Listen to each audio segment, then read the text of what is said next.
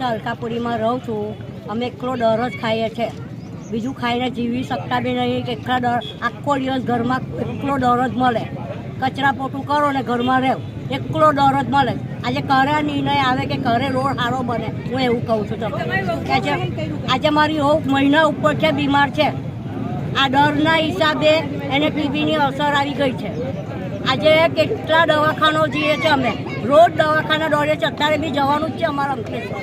મહિનાથી શરદીથી પીડાઉં છું. મને 6 મહિનાથી આ ધૂળની શરદી છે. મેં 10 ડૉક્ટર બદલ્યા છે, પરંતુ મને ડૉક્ટરે એમ કીધું છે કે આ ધૂળ જ્યાં સુધી બંધ નહીં થાય ત્યાં સુધી તને શરદી મટે નહીં. એટલે આનું જલ્દી નિરાકરણ કરો, મારી શરદીનું કંઈક ઉપાય કરો. અરે પર ઇજનેર સાથે આપણા મિત્ર શ્રી ભૂપેન્દ્ર એમની વાત થઈ અત્યારે ટેલિફોનિક. એમનું એમ કેવું છે કે સ્ટેન્ડર્ડ જ્યારે બહાર પડે ત્યારે આપણે તમારો રોડ મંજૂર થાય, પણ તમે સ્ટેન્ડર્ડની વાત બંધ કરી દો. એ સ્ટેન્ડર્ડ તમારા ગજામાં પડીક વાળી મૂકી દો. પણ તમે જ્યારે આપણા પ્રાઇમ મિનિસ્ટર અહીંયા આવવાના હોય કેવડિયા સ્ટેચ્યુ ઓફ યુનિટી જોવા માટે, ત્યારે 15 દિવસ પહેલા રોડ બની જાય, તો ત્યારે તમે એ ટેન્ડર ક્યારે રાતોરાત તમે મંજૂર કરો છો? ક્યારે બીજી દિશાનો તમે ટેન્ડર લાવી નહીં કાઢી એ રસ્તો બનાવી દો છો. એટલે તમે સ્થાનિક લોકોને આ ભડકાવાની વાત બધી બંધ કરી દો.